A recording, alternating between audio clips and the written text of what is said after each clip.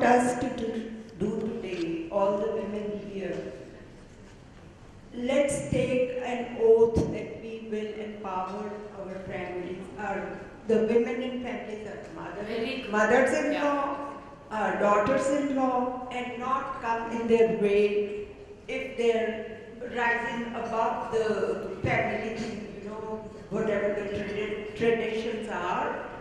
Let them rise above, empower them, help them. That way, we don't need men to do that. Mostly women are the ones who are putting them down. I want to just say one thing to that. It's a fantastic thought, and if really we're able to do it. But one more thought which emanates from what you're saying. I always feel that whatever women do, they must do it twice well. You know why? They must do it twice well, so that they are thought they are half as good as men. And luckily, it's not difficult. I think that's a great point. Start at home. I don't agree with you at all on this. As having a very negative attitude towards it. Why does, we don't see women or men differently, even from my experience in working in a corporate. Women also work, you said, you do it twice and it is to become half as good. I don't think people think like that. Maybe some people do, but I think most people don't. Everyone has a very open view on these things. There is no difference between men and women. Depends on what kind of a work, what kind of a role you're playing. Navinji, I'm sure you're a very equal and a very equality-oriented boss, and hats off to you for being that. But all these experiences are experiences of women who themselves, for example, in corporate jobs. You will come to a situation, and I'm sure there are lots of people, entrepreneurs, people in the corporate sector, for the same job, what a man is paid, I'm just talking in pure economic terms, and what a woman is paid, you will find more often than not it is unequal. But Mr. Pati, we've seen this in the United States of America, we talk about the wages per dollar over there. So this is something that unfortunately is something that we've been dealing with, and the more we see women in corporate America, the more this conversation is coming out there. Unfortunately, that's going to be our benchmark in terms of corporate participation. I just read this book, as I was mentioning, which was a book from the CEO of Facebook. Sheryl Sandberg talks about leaning in. So, of course, she's talking about a very niche audience, and she's talking about a very sort of niche segment of society that's very privileged, that also seems to have the right resources to go ahead. But one of her larger arguments is about how women are stopping themselves. They are the ones who are sitting in corporate rooms. It's not about 3% representation in a Fortune 500 sort of set of companies. It's about what is it that's stopping you. Is it the fact that you're going to have your children that makes you start slowing down 10 months before you even get pregnant? Is it the fact that you think you're going to sound stupid when you're sitting in a room of men? So there are various issues. We've talked about grassroots level development. We've talked about cultural issues. So I think they're different segments, different sectors. You yourself have talked about the kind of empowerment you've seen on the rural front. How perhaps different? Ironically, some girl sitting in Delhi may feel much more oppressed than someone who's sitting in some gaon somewhere with, much more authority in terms of the resources that she did. So finding it's power, a very different. It's finding power beyond measure within yourself. It's not being fear. It's not the fear of being judgmental, but it's actually the fear that we have within your own self to find that measure of that comparative judgmentalism. And that's what I think, to be fair to Mr. Jindal, who's sitting here, and I sort of heard everything from, khap panchayats and women's rights and everything else. I think he's also bringing up a valid point, which is that it does vary across this country. Now, this is where the women in this audience I would like to, sort of bring in, because you've heard such a varied lot of arguments today. You've talked about Ms. Sahai, I believe. You've sort of talked about how that empowerment and that freedom starts at home. Go back home, make a difference to your daughter-in-law's life. That's something that's very valuable in this country, especially. Are there any other thoughts? What are some of the issues that you want to connect? Yeah, hello. Yeah, hello. Yeah, sorry. Hello.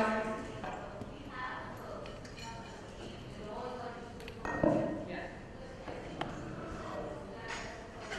Please give her a mic. It's a very important point. 2% of land assets only are owned by women today in this country. Flow commissioned a study. I'm Krishna Gupta, I'm the Vice President of Flow. Flow commissioned a study where they found that at the small scale and mid-level entrepreneurs, only 4% of the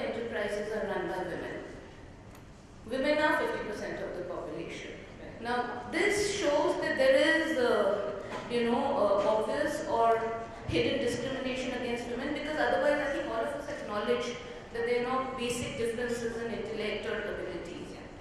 I think the government needs to take a very strong, see, we can empower ourselves. For example, if you have a women's safety issue, a solution of course is to empower the women and teach everybody to go and never mind what the rest of the government has to do. But the government has a role to play. For example, in women's safety, besides empowering the women, they need to train police forces, they need Sensitize police.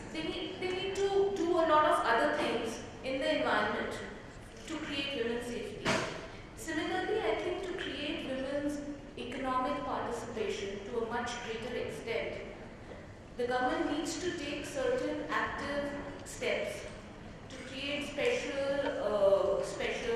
maybe helping out in, create reservations in government purchase, maybe some tax benefits, maybe just remove transfer tax on property. So a lot of property would be registered in the name of women. It's only see, the thing is, the low economic control also leads to a lot of discrimination. If we increase women's control over assets and funds, you will automatically see improvement. So I would like to ask that what is the government planning to do in terms of reservation and affirmative action to improve women's participation. Okay, firstly you said that the very little land is in the name of women. So most state governments, they do have actually differential policies. If the property is registered in women's name, they have to pay a lower stamp duty. So government only can do so much. I think in most states, if it's in the name of women, then it's 4 to 5%. If it's in the name of man, then it's 7 to 8%. So that kind of advantage government is already giving in many states. Then, if you remember just the last budget, Mr. Chidambaram had announced a special bank, which will and also earmarked 1,000 crores for it, which would encourage only women entrepreneurs. And loans would be given to them. And then it's a good idea, I think, what you said, if property and other things are transferred in the names of women, then they should be exempt from taxes. So one can look at this also. But is there going to be resistance to that? Because this is not a new issue at all. We talk about property and sort of. But see, it depends on. Unfortunately, this is something that comes up again and again. And just a little bit, on the women's bank itself, I think forget my opinion. What was controversial about that was that many said that why do we actually need a women's bank? Why aren't women actually feeling empowered when they go into a normal bank? Why should we actually have this? Why are we at this stage that you have a separation in terms of gender when it comes to something as basic as microfinance? I'll answer that. So just tell me a little bit more about. See, Fatima, if you don't do something, then say why you're not doing it. But that's If you do something, then you ask why you're doing this. Right? Okay. So I mean, if you don't make a separate bank, then why have you not done it? So and what matters is all of you. I mean, most of you are women here. How you want to do, how you want to deal in your family. Should the government dictate that you do this, or that is a matter of your own family? So that is also then, if the government starts saying that no, do this, do that, then somebody will say, why is the government interfering in my family? How I want to deal with the situation? I think it's a personal issue, and I think some things only happen gradually. We can't change overnight. Things have only been going, I feel, in the right direction. Women are more and more empowered. Even in your own family, even in our own families that we see, women are getting more empowered. The amount of empowerment that was there for my sister, now for my daughter is much more. So I think some things happen in the society. Government can't dictate these things. They have to evolve. Can I just bring in people from the floor here, because there are a lot of women who are representatives from business families. Yes. Can I just go to someone who hasn't spoken and then I will come back?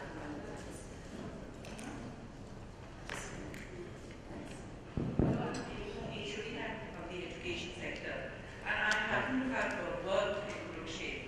In fact, I have been getting papers out, especially working on empowerment of women in panchayats. So this has been an ongoing process, and I do it every 5 years. Yes, there has been major changes. Women have managed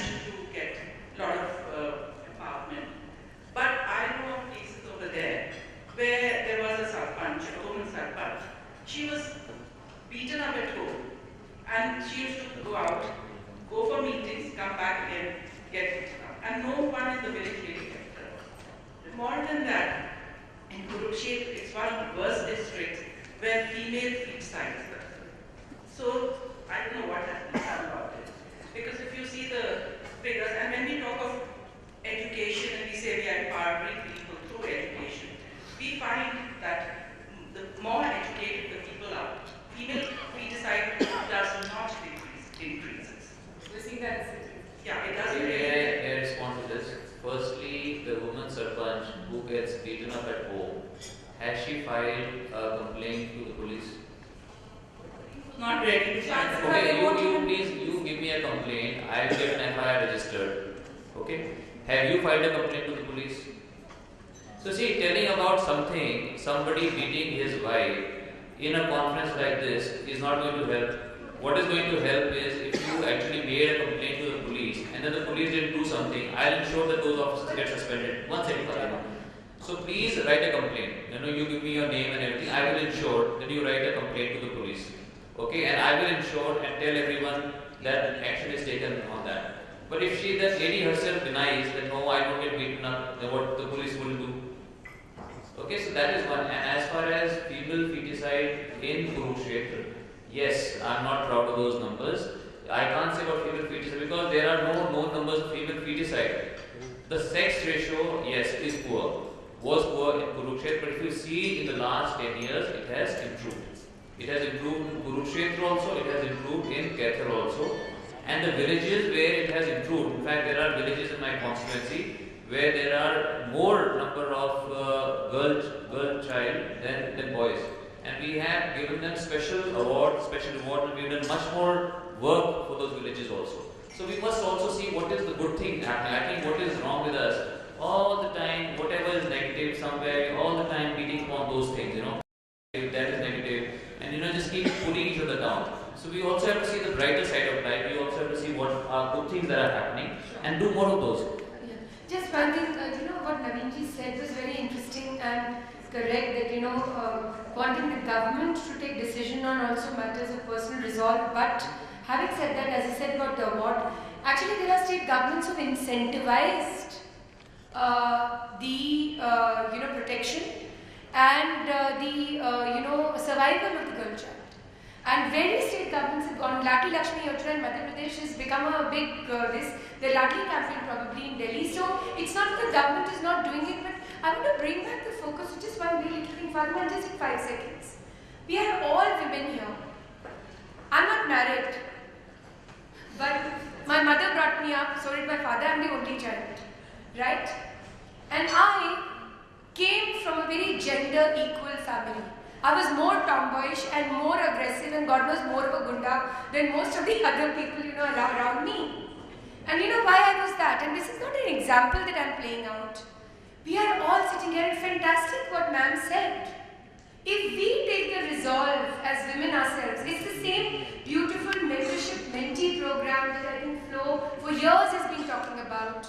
If we go to a village, work with the sarpanch, let me tell you, women leaders are role models. They are role models whether they get elected at the village sector units, whether they become MLAs, whether they become MPs, whether they become councillors, whether they become president of powerful bodies like Flo.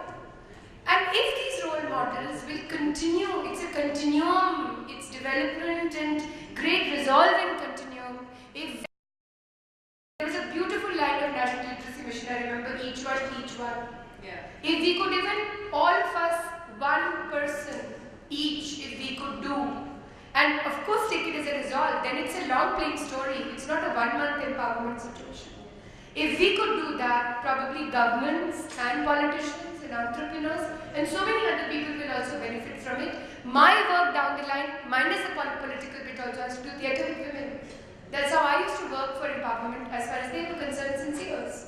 So what I'm saying is that yes, a convergence is required between policy making and very, very violent, vitriolic things which happen with women. But the middle ground is the individual, which is the woman. She also has to be the mediator in this situation. I think that's a very valid point. And again, we're hearing this, that these things really start with your own self-confidence and leadership as well. I just want to bring this to the women who are here because I don't think it's that easy to listen to 4 people speak for hours, and we're about to wrap this up. So, any other sort of thoughts that you have on this, in terms of what Ms. Tripathi has also said right now, which is that she comes from a very gender equal background. She's also looked at life in a certain way and gone about it in a certain way. How do some of the women in this room feel about taking on such responsibilities? Is that realistic? Is it practical? I'd just like to hear a few thoughts on that. Perhaps some people that I haven't heard from, please. Thank you, sir. Yeah. So I'm Kamal Chuk. about spiritualism. Spiritualism, everybody can't be spiritual, but spiritualism has different qualities, good value system if you have. And then you said about love yourself. Love yourself means self-respect. Every woman should have self-respect who wants to be empowered, otherwise nobody can help her. And then she said, okay, it's a very good thing if we become the role models, and most of us are role models here, to come to know. We have done so much to help our beneficiaries. I have done in many states. And they are doing so well when I go and do some follow-up, or in here in Delhi also. One of the bastis where 90% or 95% are of one community.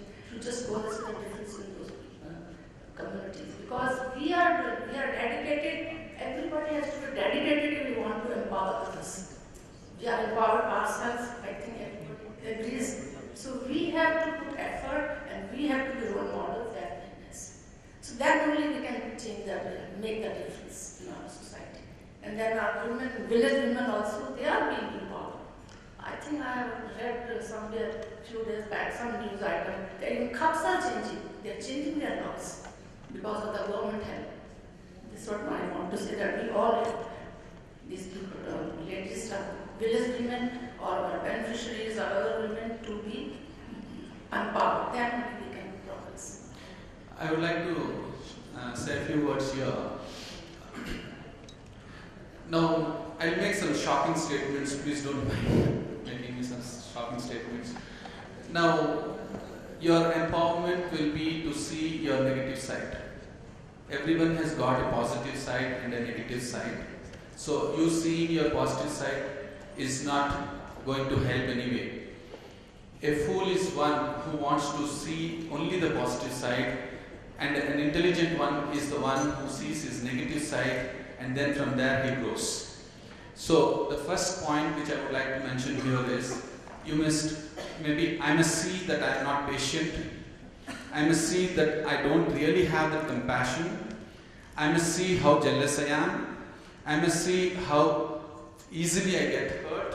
So this is also called the negative teaching. That is when you will become internally or inner, there will be inner integrity. Now from there, growth begins. So when you want to do some work for the people, then it should start with compassion, it should come with love.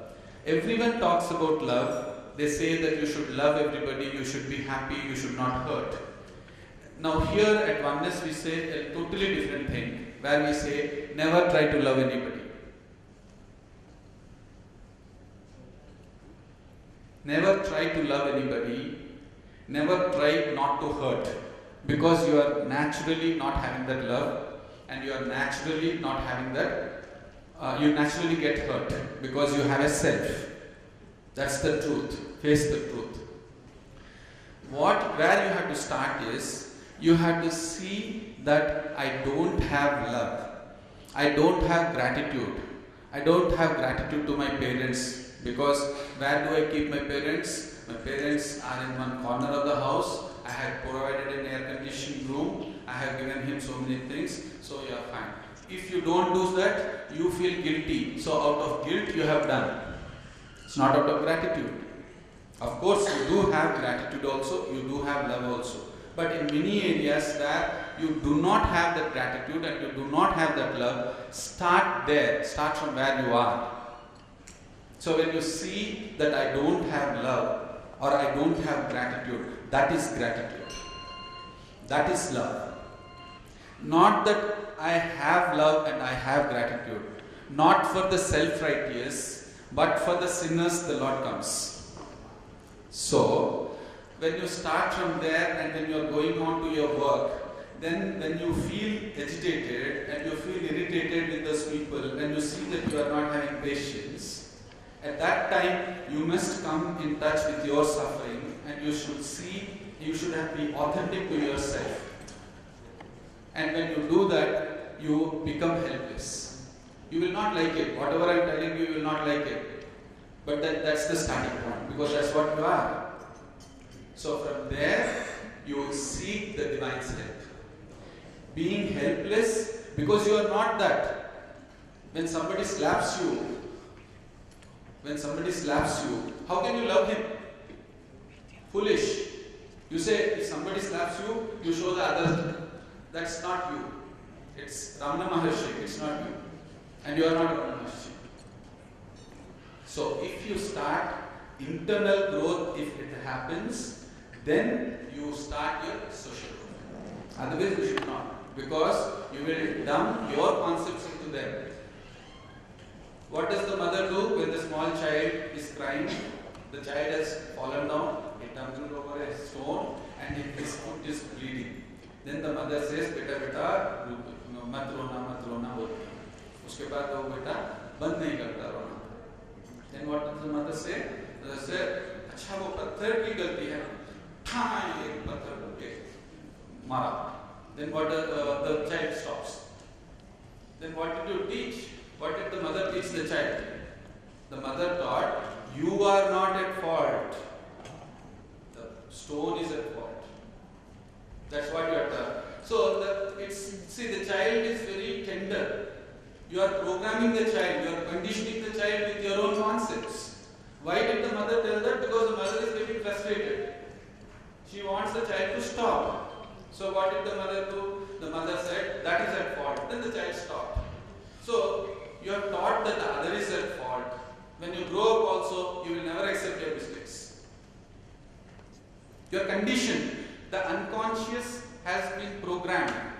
Consciously you understand, you talk, whatever we talk about, very nice things we talk. But then your unconscious is you. You are not the conscious. What you show yourself is not true. What you are inside is your unconscious, which has been programmed in your childhood before 6 years old. And what happened in the mother's womb? That is what is your unconscious. So sorry, I am taking 2 more minutes to explain this concept. Then the mother has taught one more thing. When somebody is at fault, hit that, take revenge. You don't need school education, classroom and board education, not necessary. The mother is already teaching the concepts and your wrong concepts are already going in. Now, after some time, what will happen is, whatever problems we are facing, we are passing it on to our children. The teachers have to be educated. The teachers, it's not just conscious education, not at the conscious level, but it should be a process. A transformation in the teachers, not a reformation. Teaching with a smile is not enough. The smile has to be within, inside the heart.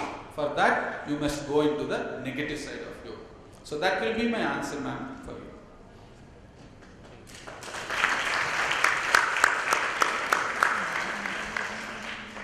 One final thought. Just very quickly, if there's anyone who wants to put in a few more words, because we are actually wrapping up this session right now. I believe it's almost 2 o'clock. Yeah, please go ahead. Can we get a mic from her, please? Because I don't think anyone can hear.